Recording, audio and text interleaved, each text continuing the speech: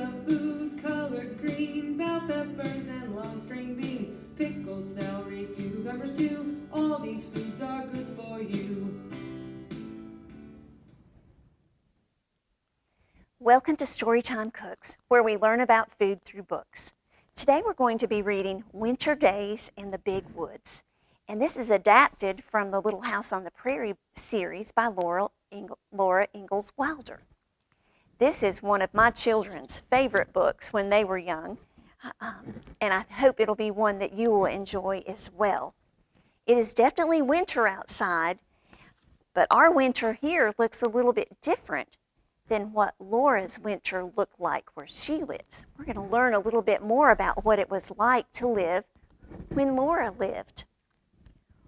Once upon a time, a little girl named Laura lived in the big woods of Wisconsin.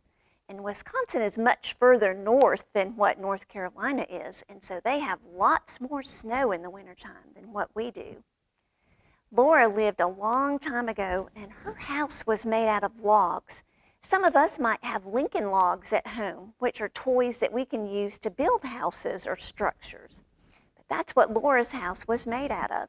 And we do have friends who live in log houses still. Laura lived in the little house with her pa and her ma and her big sister Mary and her baby sister Carrie and their good old bulldog named Jack. And here's a picture of their house. They're gathering wood. I bet that's how they're going to heat their house in the wintertime. They're going to burn that in the fireplace. Winter was coming to the big woods. Soon the little house would be covered with snow. We've not had a lot of snow yet this year, but where Laura lives, they're going to get lots of snow. Pa would hunt every day so they would have meat during the long, cold winter. They didn't have a grocery store then. They lived so far out in the woods that they had to find all their own food. So they would hunt animals for meat. And Ma and Laura and Mary gathered potatoes, and they would gather carrots and beets and turnips and cabbage and onions and peppers and pumpkins from their garden next to the little house. They grew lots of things in their gardens. And guess what? They had to store all that food so they would have something to eat in the wintertime. So in their attic, it would be full by the time winter came. And Laura and Mary thought it was a wonderful place to play. They played house by using the round orange pumpkins as tables and chairs, and everything was good and cozy. They grew great big orange pumpkins.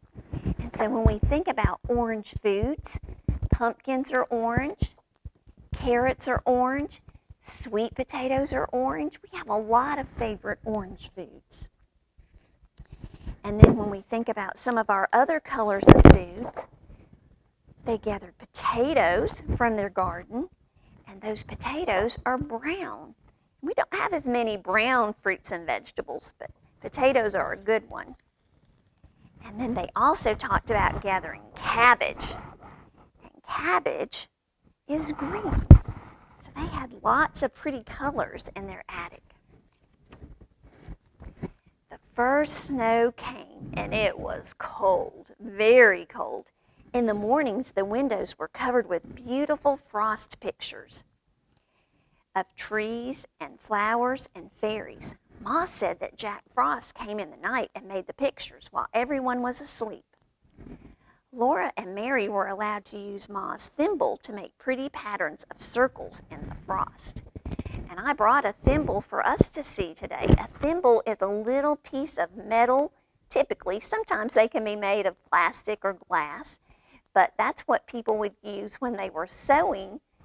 When they used a needle, they would use the thimble so that they didn't poke their finger when they were going in and out of the fabric. So we've got a little thimble there. In the mornings, Laura and Mary helped Ma wash the dishes and make the beds. And after this was done, Ma began the work that belonged to that day. Each day had its own proper work, Ma would say. wash on Mondays, iron on Tuesdays, mend on Wednesdays, and mend meant sewing clothes or items that they needed to have sewn up. Churn on Thursdays, and churn is when they made butter. Clean on Fridays, bake on Saturdays, and Sundays they rested, and I bet they needed to rest after doing all that work.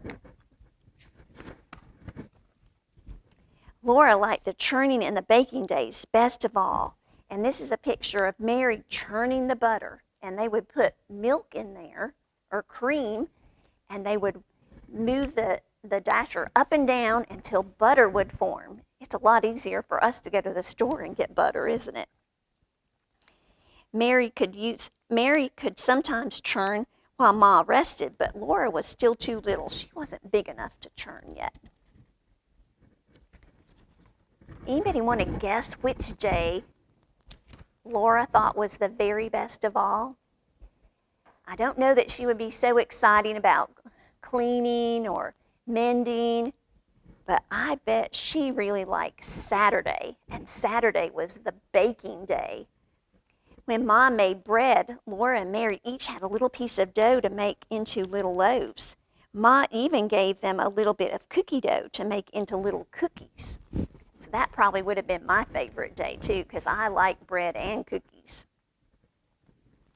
After the day's work was done, Ma would sometimes cut out paper dolls for Laura and Mary. She drew faces on them with pencils and cut dresses and hats and ribbons out of colored paper so that Mary and Laura could dress their dolls beautifully. They didn't have toy stores like we have, and they couldn't order toys, so they had to make their own. So they made really fun little paper dolls. So that might be something that you guys could try making sometime. But the best time of all was at night. When Pa came home, he would throw off his fur cap and his coat and his mittens and call, "Where's my little half pint of cider half drunk up?" And that's what he called Laura because she was so small. Look at his hat. It has a tail on the end of it. Have you seen a hat like that before? It's actually made out of raccoon skin. And that's the raccoon's tail. It's hanging on his hat. Sometimes Pa would take down his fiddle, that's what this instrument's called, and sing. Pa would keep time with his foot, and Laura and Mary would clap their hands to the music when he sang. And one of his favorite songs was, "Yankee Doodle went to town. He wore his striped trousies. He swore he couldn't see the town. There were so many houses." That's a funny song, isn't it? But they had a good time. Other times, Pa would tell stories. When Laura and Mary begged him for a story, he would take them on his knee and tickle their faces with his long beard, and that's his whiskers. And they would laugh out loud. His eyes were blue and merry. I think they had a good time. Outside it was cold and snowy, but the little log cabin was snug and cozy. Pa and Ma and Laura and Mary and baby Carrie were comfortable and happy in their little house in the big woods. And here's a picture of that little house in the big woods, all covered up with snow. They did have a lot of snow, didn't they? So today we're going to talk a little bit about the foods that they had. And remember it said that they took things from their garden. Well, the first thing that they dug up from their garden were potatoes. And this is a picture of sweet potatoes. And where do potatoes and sweet potatoes grow? Does anybody know what all this brown stuff is called? That's right, they grow in the dirt. A lot of our vegetables actually grow underground. And potatoes and sweet potatoes and carrots all fall into that category. They are grown in the dirt. So that means when we get these vegetables, we need to make sure we wash them really, really well because they are dirty. And then it talked about cabbage. And cabbage, remember, was one of our green vegetables.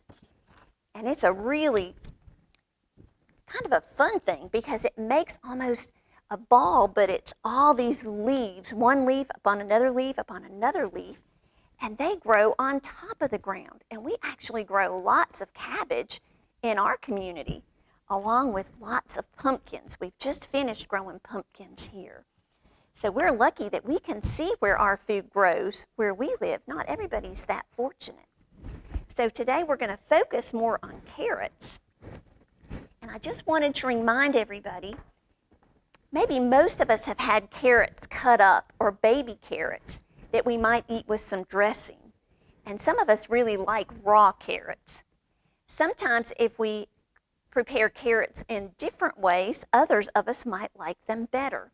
And one thing that we can do is actually cook our carrots. We just cook them in a little bit of water till they're tender.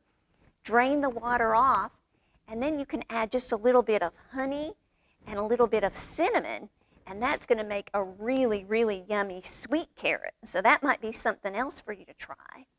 And then another way to prepare carrots, and you guys will get this recipe, is to make a carrot salad. And you can either grate your carrots up yourself, you can chop them up in a food processor. That's a great thing for kids to be able to help with, is to press the button on the chopper or the food processor. And then we're going to mix those chopped up carrots with a little bit of yogurt. You can use plain yogurt with a little bit of honey, or you could use just vanilla yogurt. That would work. Add some carrots with your yogurt. Put in some raisins and a little bit of crushed pineapple that's been drained, and that makes a really yummy carrot salad. And that's something that you can make ahead and have on hand in your refrigerator. So try carrots raw, try them cooked, try them as ingredients in a recipe, and hopefully you'll find a way that your family will enjoy carrots at your house. One of the activities that was in our story was when Laura and Mary were able to draw on the windows with a thimble in the frost. We hope you don't have frost on your windows, but you can do an activity that's similar to that by using a cookie sheet and pouring some salt on it. And we've already put some salt on our cookie sheet. And then you can use that as a surface to write on. And you could even use a carrot to help you write if you wanted to. So it's a great way to practice our ABCs. We can write our name.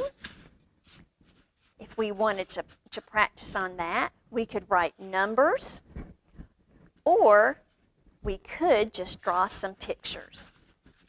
Maybe this would be an activity to keep your little ones busy on one of these cold winter days. Thanks so much for joining us for another segment of Storytime Cooks, where we continue to learn about food through books. We hope you'll come back and join us again next week.